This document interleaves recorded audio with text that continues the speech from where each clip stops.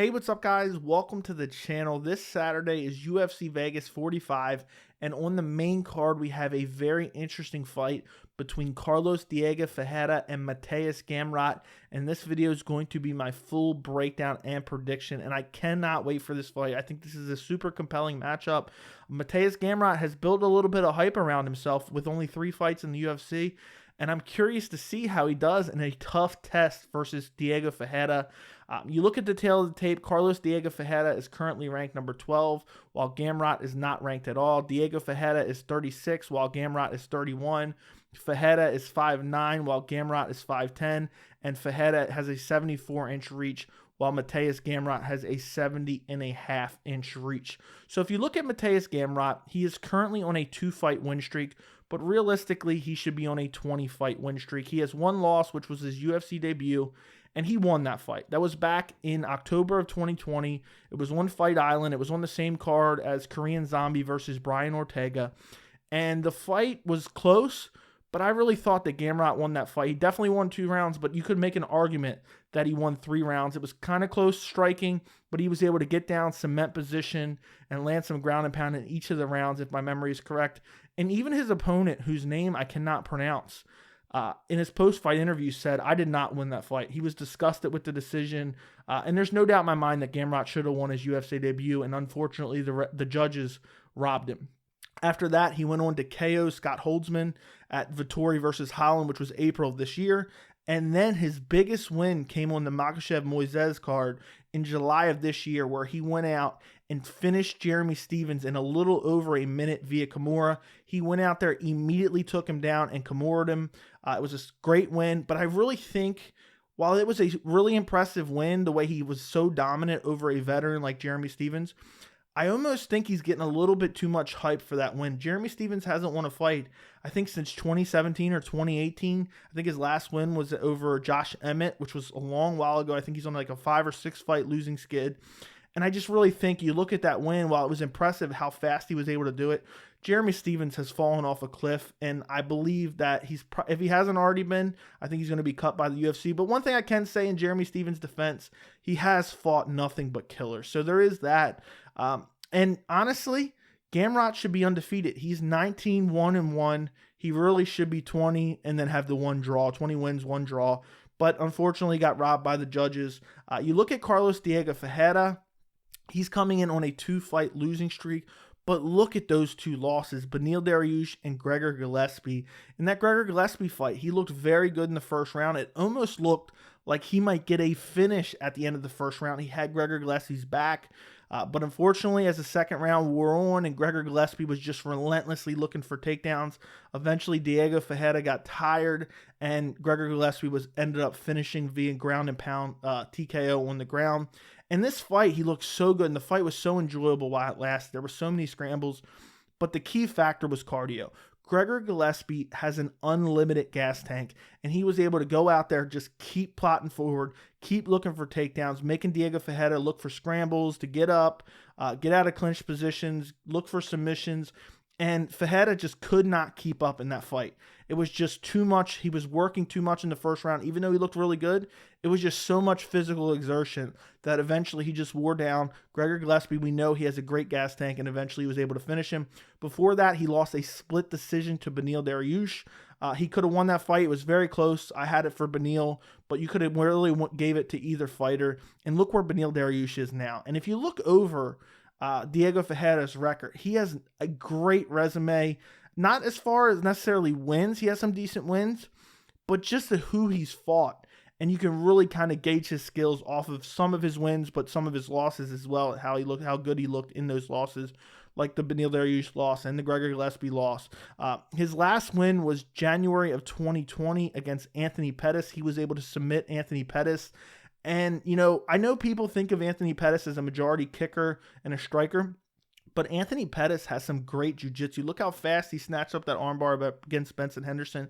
And that just goes to show how great Diego Ferreira's ground game is, his jiu-jitsu, his submission skills. He's constantly looking for submissions. He never accepts a position on his back. The fact that he was able to submit Anthony Pettis, I think, is a great win. He has some other decent wins on his resume.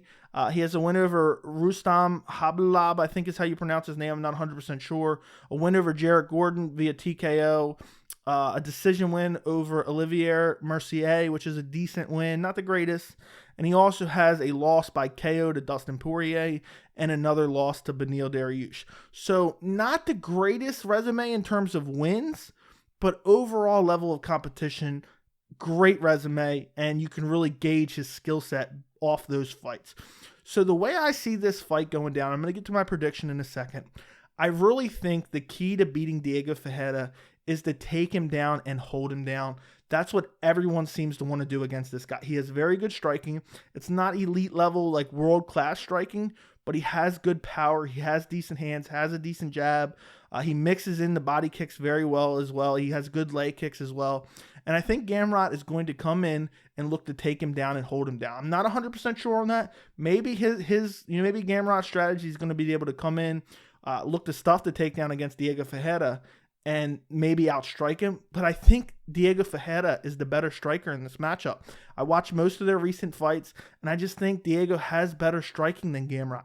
So I really think Gamrot's going to want to take him down and control him. And Gamrot's a great grappler too, has great jiu-jitsu. So it's going to be very interesting on the ground. I really wonder if it's going to be similar to Gregor Gillespie versus Diego Ferreira. And I know a lot of people are probably picking Mateusz Gamrot in this fight.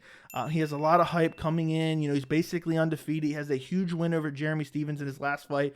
Meanwhile, you have Diego Ferreira kind of, in a slump in his career on a 2-fight losing streak. But I am going to go with Diego Ferreira by submission.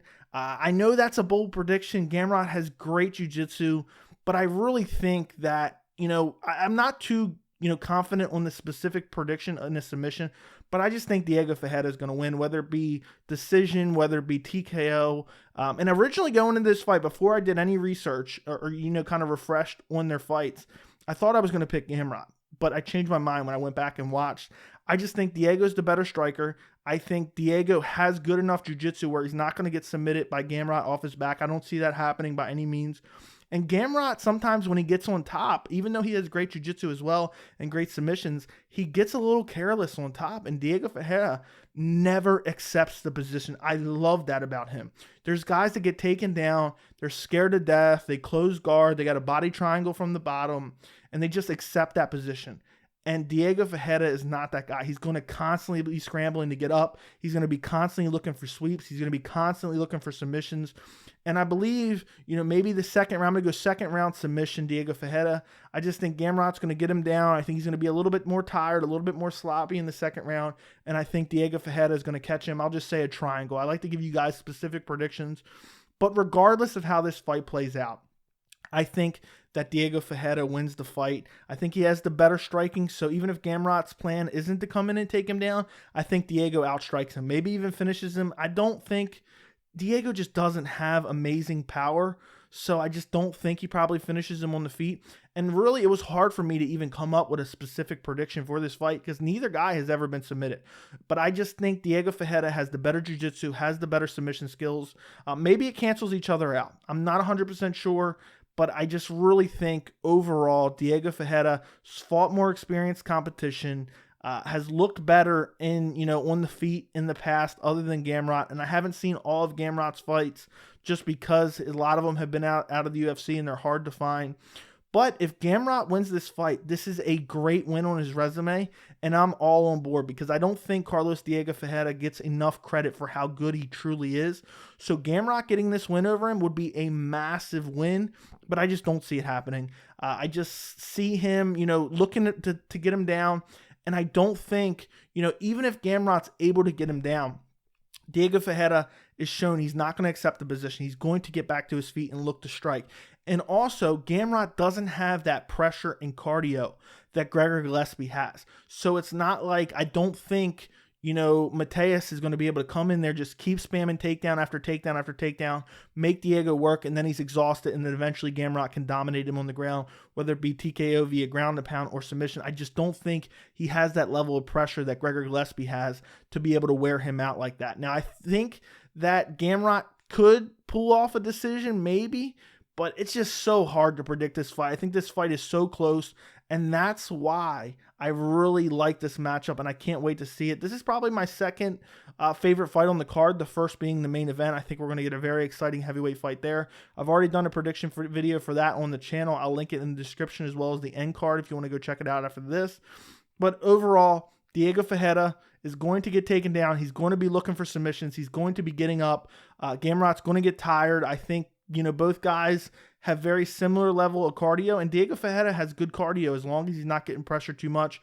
Eventually, Gamrot gets a little bit sloppy in the ground game in the second round, and he gets submitted by Diego Ferreira. Let me know what you guys think in the comments. Don't forget to like the video, and thank you so much for watching.